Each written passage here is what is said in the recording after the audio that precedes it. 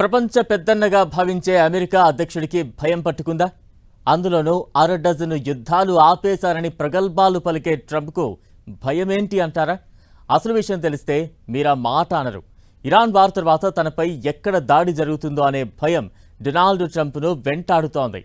అందుకే గత నెలలో నాటో సమావేశంలో రెగ్యులర్ ఫ్లైట్ కాకుండా వేరే విమానంలో ప్రయాణించారని గుసగుసలు వినిపిస్తున్నాయి.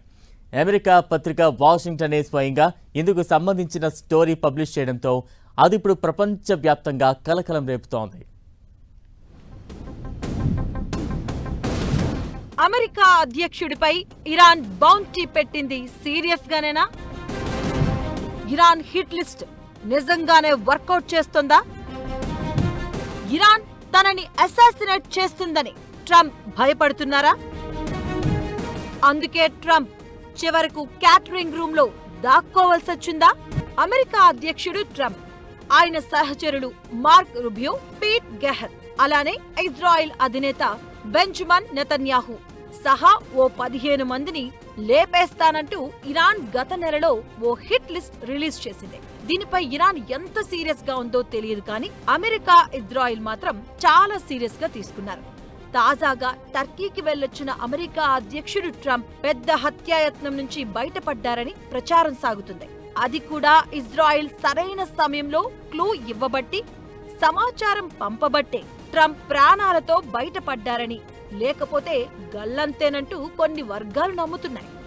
Israel America internal circles talk ని వాషింగ్టన్ పోస్ట్ స్టోరీ రూపంలో పబ్లిష్ చేసింది. టర్కీకి సరిహద్దు దేశమైన ఇరాన్తో అమెరికా యుద్ధం కొనసాగిస్తుంది. ఇలాంటి తరుణంలో టర్కీలో నాటో సభ్య దేశాల శిఖరాగ్ర సమావేశం జరిగింది.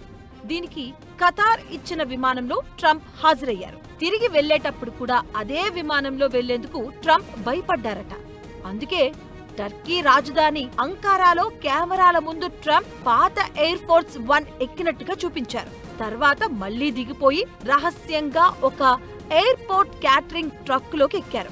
ఆ ట్రక్ ట్రంప్ ను దూరంగా ఉన్న అమెరికా సైనిక జెట్ C-32 వద్దకు తీసుకెళ్లగా అక్కడి నుంచి C-32లోనే ఆయన బ్రిటన్ వెళ్లినట్లు వాషింగ్టన్ పోస్ట్ కథనం చెబుతుంది. అంకారా నుంచి C-32 విమానంలో వెళ్లిన ట్రంప్ ఆ రోజు రాత్రి సుమారు 10 గంటల 20 నిమిషాలకు బ్రిటన్ చేరుకున్నారు. అక్కడ కొన్ని నిమిషాల తర్వాత పాత ఎయిర్ ఫోర్స్ 1 మీడియా అక్కడికి చేరుకున్నాయని వాషింగ్టన్ లో పోస్ట్ తెలిపింది.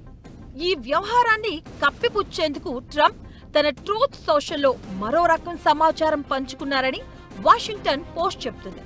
పాత జ్ఞాపకాల కోసం అంకారా నుంచి బ్రిటన్లోని RAF మిల్టన్ హాల్ కు ప్రయాణించడానికి తాను పాత లేత నీలిరంగు ఎయిర్ ఫోర్స్ 1 విమానాన్ని ఉపయోగిస్తానని, అదే సమయంలో అక్కడ మోహరించిన అమెరికా సైనికులు విమానాన్ని సందర్శించేందుకు వీలుగా కొత్త విమానం అదే స్థావరంలో ఆగుతుందని చెప్పుకొచ్చారు. వైట్ హౌస్ మాత్రం ట్రంప్ తన ఎయిర్ ఫోర్స్ విమానంలోనే ప్రయాణించారని చెబుతుంది.